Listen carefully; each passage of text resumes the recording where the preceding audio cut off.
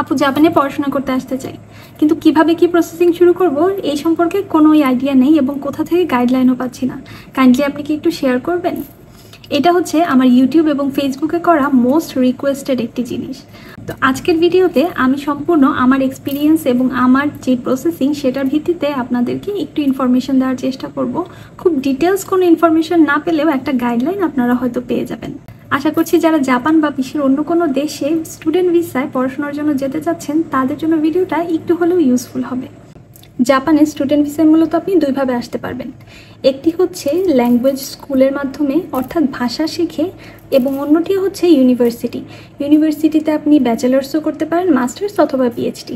আজকের ভিডিওতে আমি মূলত ইউনিভার্সিটি প্রসেসিংয়ের যে জেনারেল গাইডলাইনটা আছে সেটা শেয়ার করার চেষ্টা করব। আর জাপানিজ ভাষা শেখার মাধ্যমে ল্যাঙ্গুয়েজ স্কুলে কীভাবে আসে সেই প্রসেসিংটা যদি আপনারা জানতে চান অবশ্যই কমেন্ট করে জানাবেন। নেক্সট অন্য কোনো ভিডিওতে আমি সেটাও শেয়ার করব। তো জাপান বা অন্য যে কোনো দেশে আপনি যদি মাস্টার্স বা পিএইচডির জন্য যেতে চান প্রসেসিংটা অলমোস্ট সেম। সেখানে আপনার ফার্স্ট চ্যালেঞ্জ থাকবে ইউনিভার্সিটি খুঁজে বের করা এবং প্রফেসর ম্যানেজ করা। মাস্টার্স এবং পিএইচডির জন্য মেইন চ্যালেঞ্জটাই হচ্ছে প্রফেসর ম্যানেজ করা। প্রফেসরটা যদি আপনি ম্যানেজ করে ফেলতে পারেন তাহলে আপনার অন্য কোনো প্রসেসিংই আশা করি না তেমন কোনো সমস্যা হবে, কারণ অন্যগুলো থাকে হচ্ছে যেগুলো অফিসিয়াল কাজ, সেগুলো এখানকার অফিসিয়াল স্টাফ যারা আছে তাদের সাথে মেইল করে সব কিছু কমপ্লিট করে ফেলা যায়। কিন্তু ফার্স্ট চ্যালেঞ্জটাই হচ্ছে আপনার পছন্দের যে সাবজেক্ট আছে সেইটাতে আপনার ইন্টারেস্টেড এরিয়ার একজন প্রফেসরকে ম্যানেজ করা, যে সেও আপনাকে নিতে ইচ্ছুক। এখন প্রশ্ন হচ্ছে প্রফেসর কিভাবে ম্যানেজ করব, তাই তো? এর জন্য সর্বপ্রথম আপনি যে দেশে আসতে চান সেই দেশের বেশ কিছু ইউনিভার্সিটি শর্টলিস্ট করবেন, যে কোনগুলোতে আপনি মূলত খুঁজবেন। ইউনিভার্সিটি শর্টলিস্ট করার পরে আপনার পছন্দের মেজরটা আপনি সিলেক্ট করবেন, যে আপনি কোন বিষয়ের উপর পড়াশোনা করতে চান। সেই ইউনিভার্সিটি ওয়েবসাইটে আপনি যখন আপনার পছন্দের মেজর পেয়ে যাবেন সেইখানে আপনি বিভিন্ন ফ্যাকাল্টি মেম্বার্সদের প্রোফাইল দেখতে পাবেন। আপনি সেই প্রোফাইলগুলো ঘাঁটবেন, প্রোফাইলগুলো ঘেঁটে সেখানে তাদের ইন্টারেস্টেড এরিয়াগুলো দেখবেন, তাদের রিসার্চগুলো দেখবেন। সেখানে সেই প্রফেসরদের ডিটেলস দেওয়া থাকে, সে কী নিয়ে কাজ করতে ইচ্ছুক, সে আদৌ কি মাস্টার স্টুডেন্ট নিতে চায় কি না, অথবা সে পিএইচডি স্টুডেন্ট নিতে ইন্টারেস্টেড কি না, নিলে সে কোন বিষয়ে কাজ করতে চায় সেগুলো সে ডিটেলসে দেওয়া থাকে।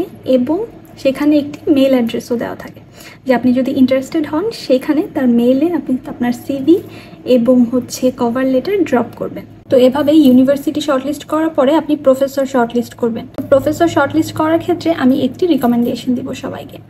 যেমন ধরুন, ফার্স্টে আমি হচ্ছি হিরোশিমা ইউনিভার্সিটিতে সাইকোলজি প্রোগ্রামে। তো সাইকোলজি প্রোগ্রামের প্রফেসর আমি আমার ইন্টারেস্টেড এরিয়া অনুযায়ী শর্টলিস্ট করে ফেলবো, বাট সবাইকে একসাথে মেইল করব না। একটি ইউনিভার্সিটির একটি ফ্যাকাল্টির একটি প্রফেসরকেই একবারে মেইল করবেন এবং করার পরে 5 দিন 7 দিন অথবা 10 দিন পর্যন্ত অপেক্ষা করবেন যে তার মেইলের রেসপন্স আসে কিনা। যদি আসে আপনি তার সাথে কথা বলতে পারেন, যদি না আসে তখন অন্য প্রফেসরকে, সেই ফ্যাকাল্টির অন্য প্রফেসরকে আপনি মেইল করতে পারেন। একসাথে একই ফ্যাকাল্টির একই ইউনিভার্সিটির একাধিক প্রফেসরকে মেইল করবেন না। আপনি 2-3টা ইউনিভার্সিটির একাধিক প্রফেসরকে মেইল করতে পারেন একই সাথে। যেমন ধরেন জাপানের Osaka university, Hiroshima university, Tokyo university, এই 3টা ইউনিভার্সিটির 3জন প্রফেসরকে আমি একই সাথে মেইল করতে পারবো যে আমার রেসপন্স আসে কি। এরপরে ধরুন আপনি 1 সপ্তাহ ওয়েট করলেন যে এই 3জন থেকে আপনার রেসপন্স আসে কিনা। যদি আসে আপনি কথা বলে আগালেন সামনে, যদি না আসে তারপর ওই সেম ইউনিভার্সিটির অন্য প্রফেসরদের আপনি আবার মেইল করতে পারেন। তো আপনার কাজ কি হলো? ফার্স্টে হচ্ছে ইউনিভার্সিটি খুঁজে বের করা, ইউনিভার্সিটির পরে আপনার প্রফেসর শর্টলিস্ট করা, প্রফেসর শর্টলিস্ট করে সিরিয়াল অনুযায়ী তাদেরকে মেইল করা। এভাবে মেইল করতে থাকলে আপনি একটি সময় পরে অবশ্যই সেখান থেকে ভালো রেসপন্স পাবেন। দেখা যাবে একাধিক প্রফেসর আপনাকে রেসপন্স করছে, তখন আপনি চুজ করতে পারবেন যে আপনি কোন প্রফেসরের আন্ডারে যাবেন বা কে আপনাকে স্কলারশিপ দিবে, বিভিন্ন সুযোগ সুবিধা কোথায় বেশি সেগুলো আপনি চুজ করতে পারবেন। তবে একই ইউনিভার্সিটির একাধিক প্রফেসরের সাথে একসাথে কন্ট্যাক্ট কখনোই করা যাবে না।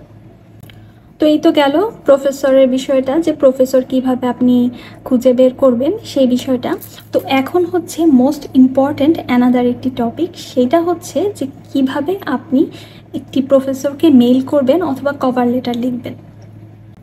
এই মেইল করা অথবা কভার লেটার লেখা, সিভি রেডি করা, এটারও একটি প্রসেসিং আছে। সেটা যদি আপনি সঠিকভাবে না করতে পারেন, আপনি কিন্তু প্রফেসরদের কোনো রেসপন্স পাবেন না। কি মেইল করবেন, কি কভার লেটার লিখবেন বা সিভি কেমন হবে, সেটার জন্য আপনি গুগলে সার্চ করতে পারেন। প্রত্যেকটা দেশেরই এক একটা টেমপ্লেট থাকে, সেই দেশ অনুযায়ী আপনি টেমপ্লেটটা খুঁজে বের করে আপনার নিজের সুন্দর একটি সিভি রেডি করবেন।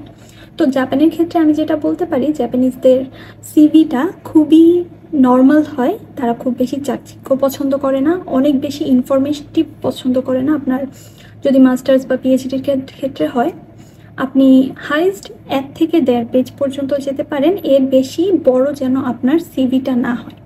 সেখানে খুব মেজর ইনফরমেশনগুলো আপনি দিবেন। ফার্স্টে আপনার হাইয়েস্ট এডুকেশনটা, জানেন যে আপনি যদি মাস্টার্স কমপ্লিট করেন বাংলাদেশে, সেই প্রোফাইলটা, তারপর ব্যাচেলার্স, তারপর এইচএসসি, এভাবে আপনি পর্যায়ক্রমে আপনার ইনফরমেশনগুলো দিবেন। আপনার যদি কোনো পেপার থাকে যে আপনি পাবলিশ করেছেন, রিসার্চ করেছেন, সেটা দিবেন। কনফারেন্স অ্যাটেন্ড করলে সেগুলো দিবেন। আর ছবি না দিলেও হয়, আমি ছবি দেইনি, এখানে খুব বেশি এটা দরকার হয় না। সিভির মধ্যে আরেকটি ইম্পর্টেন্ট বিষয় হচ্ছে ইন্টারেস্টেড এরিয়া, যে আপনি যেই প্রফেসরকে মেইল করছেন তার যে ইন্টারেস্টেড এরিয়া আছে, সেই ইন্টারেস্টেড এরিয়ার সাথে অ্যালাইন্ড রেখে আপনি আপনার সিভিটা রেডি করবেন এবং সেইখানে আপনার নিজের ইন্টারেস্টেড এরিয়াটা দিবেন। এমন যদি হয় যে প্রফেসর ইন্টারেস্টেড এরিয়া একরকম এবং আপনার ইন্টারেস্টেড এরিয়া আরেক রকম, সেখানে কিন্তু কোনো লজিক আসলো না যে আপনি কেন তাকে মেইল করছেন। সো এইটা যেন একই রকম হয়। তো সিভির ক্ষেত্রে খুব টু দ্য পয়েন্টে আপনি ইনফরমেশনগুলো দিবেন, খুব ব্রড আকারে না। এরপরে আসছে কভার লেটার। কভার লেটার লেখার ক্ষেত্রে আপনাকে একটু ডিটেলসে যেতে হবে, যে আপনি এতদিন কি কি কাজ করেছেন এবং আপনি কেন তার ল্যাবে ইনক্লুড হতে চাচ্ছেন, কেন সে আপনাকে নিবে। যেমন আপনি একটা এরিয়াতে আগে পড়াশুনো করেছেন, সেই এরিয়াটায় আপনি আবার ফার্দার স্টাডি করতে ইন্টারেস্টেড এবং আপনি তার প্রোফাইল ঘেঁটে দেখলেন যে আপনার সেই প্রফেসরটাও এই সেম এরিয়াতে কাজ করছে, সো এই কারণে আপনি ইন্টারেস্টেড। এভাবে জিনিসটা একটু সাজিয়ে কানেক্টেড করে লিখতে হবে, আদারওয়াইজ সে কেন আপনাকে তার ল্যাবে নেবে, তাই না? এখানে তো একটা কানেকশন থাকতে হবে। এভাবে সিভি এবং কভার লেটার রেডি করার মাধ্যমে আমি নিজে প্রফেসরদের মেইল করে অনেকেরই রেসপন্স পেয়েছি। সো আপনারা যদি এই পাথওয়েটা ফলো করেন, আশা করছি আপনাদের জন্য ইফেক্টিভ হবে। আশা করছি প্রফেসর ম্যানেজ করার একটি জেনারেল গাইডলাইন আপনারা পেয়ে গিয়েছেন, যেটা মাস্টার্স এবং পিএইচডির ক্ষেত্রে আপনাকে হেল্প করতে পারে। ফার্দার যদি আপনাদের কোনো ইনফরমেশন দরকার হয়, কোনো স্পেসিফিক ইনফরমেশন, অবশ্যই আমাকে এই ভিডিওতে কমেন্ট করে জানাতে পারেন, আমি সেটা নিয়েও আপনাদেরকে ইনফরমেশন দিতে চেষ্টা করব। এবং পরবর্তীতে আপনারা যদি স্কলারশিপ অথবা যে ল্যাঙ্গুয়েজ প্রোগ্রামের মাধ্যমে জাপানে আসা যায় সেই সম্পর্কে জানতে চান, অবশ্যই এই ভিডিওতে কমেন্ট করে আমাকে জানাবেন। আমি সেটা নিয়েও আপনাদেরকে আমি যতটুকু জানি ততটুকু ইনফরমেশন দেওয়ার চেষ্টা করব। আশা করছি আজকের ভিডিওটা আপনাদের খুবই ভালো লেগেছে। আমি ভিডিওটা আর বড় করব না। আপনাদের যদি কোয়েরিজ থাকে কোনো, অবশ্যই কমেন্ট করে জানাবেন। পরবর্তী অন্য কোনো ভিডিওতে আবারও দেখা হবে। আল্লাহ হাফেজ।